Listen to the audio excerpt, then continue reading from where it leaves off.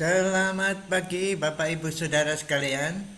Selamat datang dalam acara Sarapan Sabda bersama saya Pak Saparman. Kita masih merenungkan 1 Yohanes 2 ayat 1 sampai 6. Anak-anakku, hal-hal ini kutuliskan kepada kamu supaya kamu jangan berbuat dosa. Namun jika seorang berbuat dosa, kita mempunyai seorang pengantara kepada Bapa, yaitu Yesus Kristus yang adil.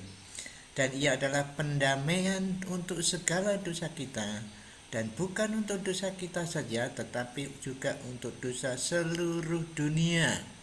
Dan inilah tandanya bahwa kita mengenal Allah, yaitu jikalau kita menuruti perintah-perintahnya. Barang siapa berkata aku mengenal dia tetapi ia tidak menuruti perintahnya, ia adalah seorang pendusta dan di dalamnya tidak ada kebenaran. Tetapi barang siapa menuruti firman-Nya, di dalam orang itu sungguh sudah sempurna kasih Allah. Dengan itulah kita ketahui bahwa kita ada di dalam Dia. Barang siapa mengatakan bahwa ia ada di dalam Dia, ia wajib hidup sama seperti Kristus telah hidup. Nah, pada pagi hari ini kita akan membicarakan ayat 5 yang mungkin sulit dimengerti bagi kita semua. Tetapi barang siapa menuruti firman-Nya, di dalam orang itu sungguh sudah sempurna kasih Allah.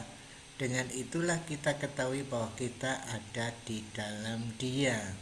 Kata sungguh sudah sempurna kasih Allah di dalam orang itu, ini menimbulkan masalah mungkin. Apakah betul kasih kita sudah sempurna kalau kita menuruti perintahnya? Nah, mari kita lihat terjemahan-terjemahan yang lain supaya menolong kita. Misalnya di sini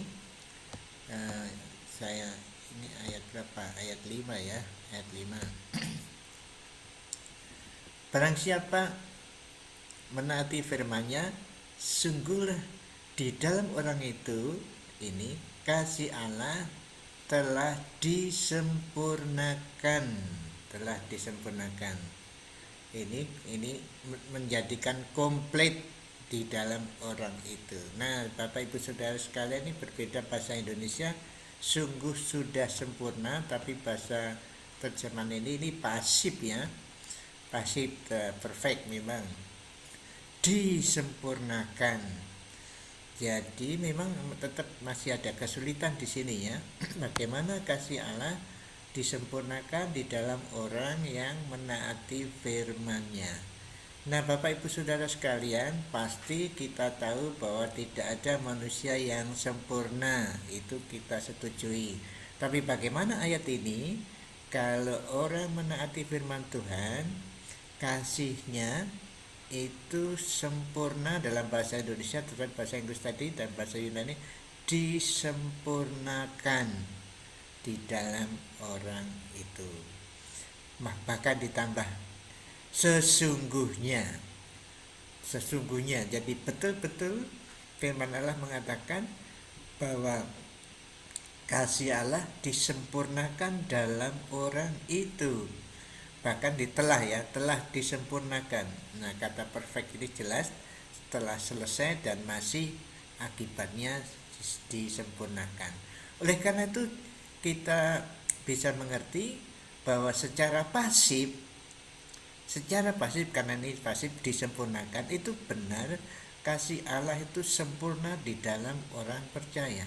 Tetapi secara aktif pada waktu memanifestasikan kasih itu dalam perjalanan. Jadi on the way, masih dalam perjalanan. Karena sekali lagi tidak ada orang yang sempurna.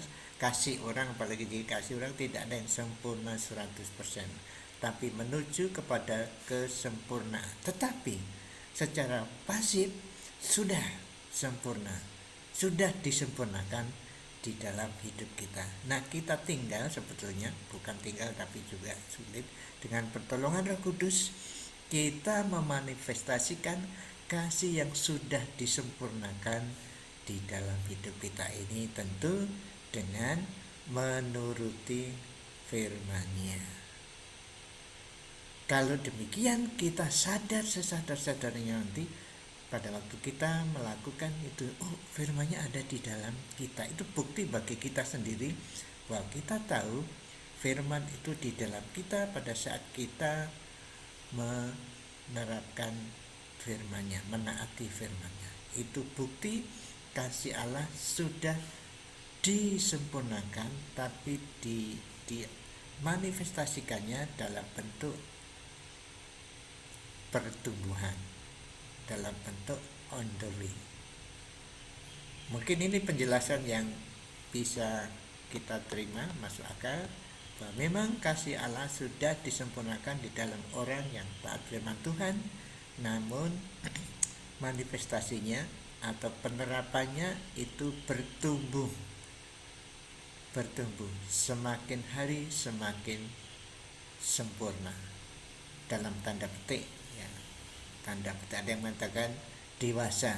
Jadi tidak ada sempurna 100% waktu manusia hidup di bumi ini, walaupun orang Kristen yang suci sekalipun itu tidak ada yang tanpa dosa. Tapi nanti pada kita saat menghadap Tuhan disempurnakan semuanya, sama sekali tidak ada dosa, termasuk kasih-Nya sempurna di sana. Nah, mari kita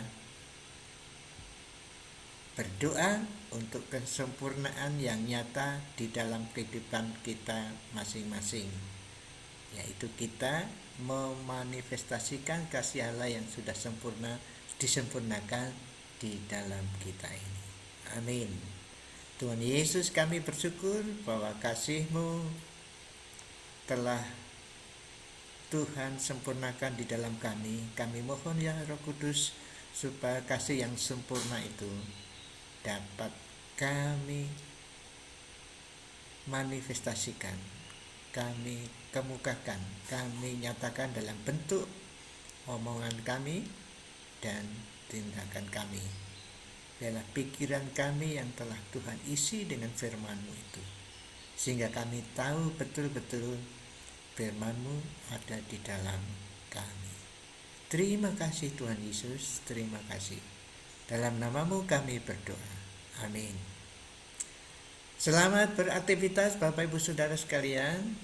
Jangan lupa pakai masker, COVID belum selesai, jaga jarak, jauhi kerumunan, sering cuci tangan, dan kurangi mobilitas. Hanya kalau penting saja kita pergi.